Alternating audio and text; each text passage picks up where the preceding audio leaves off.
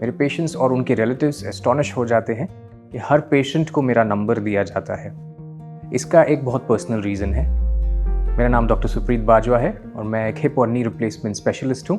Years ago मेरे father एक health emergency के थ्रू जा रहे थे and we did not have access to the doctor that we wanted to reach out to in the right moment.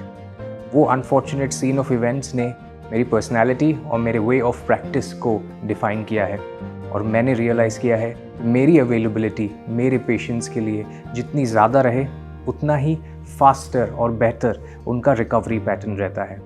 मैं personally कोशिश करता हूँ कि हर पेशेंट के साथ हर मोमेंट उनकी रिकवरी में उनके साथ रहूँ, उनको एनकरेज करूँ और उनकी मदद करूँ।